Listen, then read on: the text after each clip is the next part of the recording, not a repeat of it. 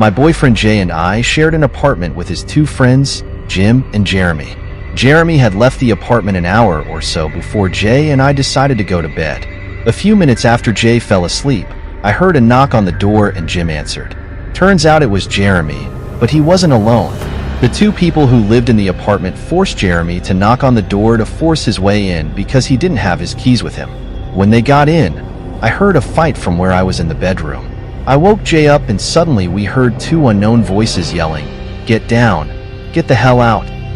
Jay wanted to go see what was going on, but I begged him to stay in the bedroom with me, which he did. We opened the bedroom door to find Jim lying on the floor, and then we noticed a spiked machete sticking out of his chest. Jeremy was calling 911. The apartment building didn't have an alarm to let anyone in, so when the police got there, Jay let them in and showed them to the suite we were in. After that, he kicked us all out. They separated and put 3 people in. We went to the back of 3 different police cars, where they left us while the paramedics tried to save Jim. Unfortunately, they couldn't save him. He died in the apartment. When the paramedics took him to the ambulance, I knew he was dead, but they didn't leave without working on him for at least 5 minutes. The police took us in for questioning and again kept us separated the whole time. About 12 hours later, they were ready to let us go, but told us we weren't allowed back in the apartment because it was an active crime scene. The police left us in a coffee shop without money, phones, wallets, or even shoes on our feet because they wouldn't let us take anything from the apartment before questioning. We ended up going to a friend's house and stayed there until 4 or 5 days later we were sent back to the apartment.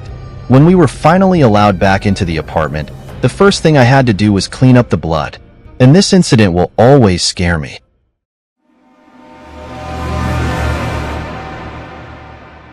I was in bed at 7 a.m. when I heard a loud noise.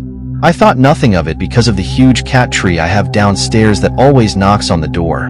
So I rolled over and tried to go back to sleep. It wasn't long before my elderly cat came running into my bedroom, jumped on the bed, and tried to hide under the covers. This immediately woke me up because that fat old cat hadn't run or jumped on our bed in years. When I came to, I saw 2 men coming up my stairs. At that point, it felt like time had stopped and was moving incredibly fast at the same time. I jumped off the bed and started yelling, "Get the hell out of my house!" I ran into one of them on my front lawn, but he barely got free and ran away. I saw the getaway car and tried to repeat the license number over and over again, but as I repeated it, it disappeared from my mind. I vividly remember being so mad at myself that I couldn't remember 7 numbers and how stupid I was not to pick up my phone. Looking back on the situation, I realized that a lot of things happened that I never noticed, like how I broke my arm and cut my legs in splinters when I hit the wall at the bottom of the stairs. The adrenaline rush of an actual fight or flight situation is something so strange that it's almost impossible to accurately describe. A sense of time, not being aware of pain and injuries for hours, and hyper-focusing on some details but completely missing others. Fortunately, I was not seriously injured and nothing was stolen, but from the next day, I installed cameras everywhere in my house.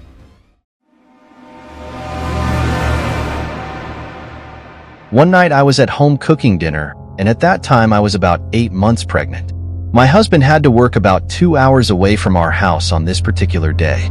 Anyway, as I was standing in the kitchen cooking, our dog suddenly became alarmed. His hair stood up on his back, and he was growling and barking. Suddenly I heard a sound, and someone knocked on our door.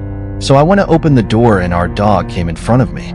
As soon as I opened the door, our dog almost ran outside in a frenzy, but I held him by his collar. A man was standing on our porch. I asked, "Can I help you?" The guy then said, "We're here to pick up the washer and dryer."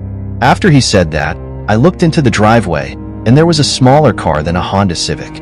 I immediately said, "There's no washer or dryer here for anyone to take."